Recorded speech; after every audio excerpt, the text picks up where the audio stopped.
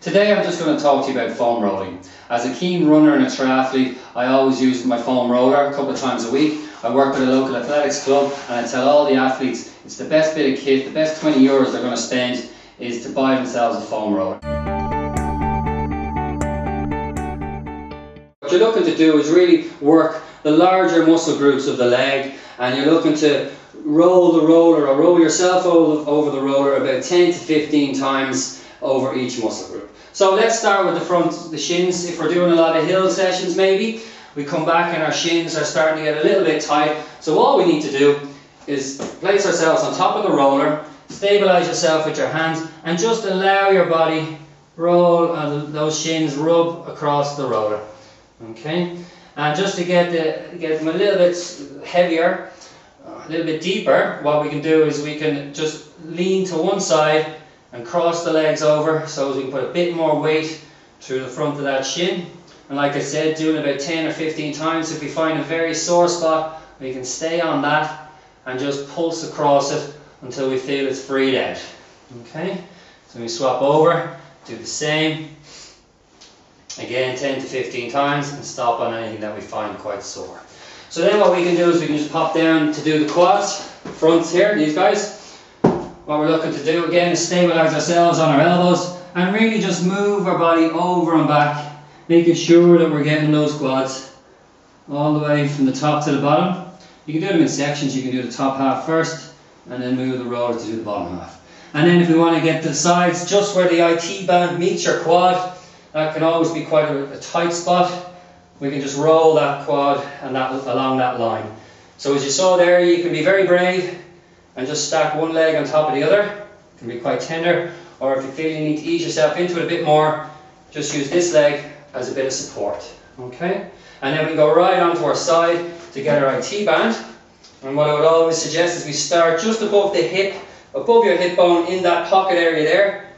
That muscle can get quite tight and actually pull on the IT band and cause a lot of restriction through there. So again, we're just going to stay here and oscillate over and back. So I can feel that now traveling a little bit down my leg. And then we move the foam roller just below the hip bone. Sorry, you can do it just above the knee and just allow it roll right up to below the hip bone. And again, use that leg if you need to support it. Or as I said, if you're very brave, you can just balance yourself out like that. Sit on the roller. So if I want to get my right glute, sit on my right glute, cross my leg over here to open out that joint, and again just roll into that glute.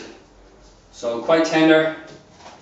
Find a sore spot, stay on it, and just let your body weight soak down into that knot to help dissipate the knot, and then move slowly over like that. Okay, a little bit one of the more awkward positions, but it is quite good. Okay, and then moving on to the calves. There's a number of different ways to do it on the calves. Depends on really the strength of the shoulders. The way I like to do it is just again stabilize my upper body through my shoulders, lift my bum off the ground and just roll my calves over and back. So again, I'm just working maybe the top half of the calves, and then again just to increase a bit of pressure. If you're a little bit braver, put one leg on top of the other and roll that calf, and then you can turn the lower leg out to the side to get the outside of the calf muscle, roll it on the inside to get the inside of the calf muscle.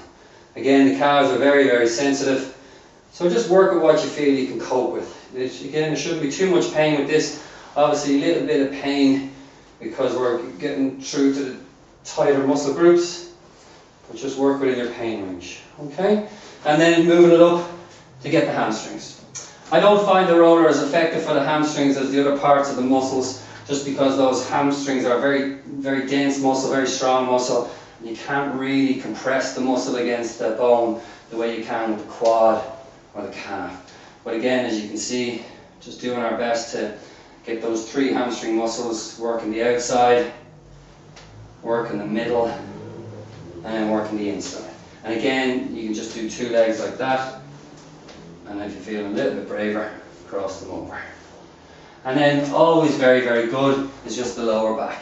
Okay, for anyone doing any kind of sport, even during the day from sitting all day, we're just going to get the lower back and the upper back.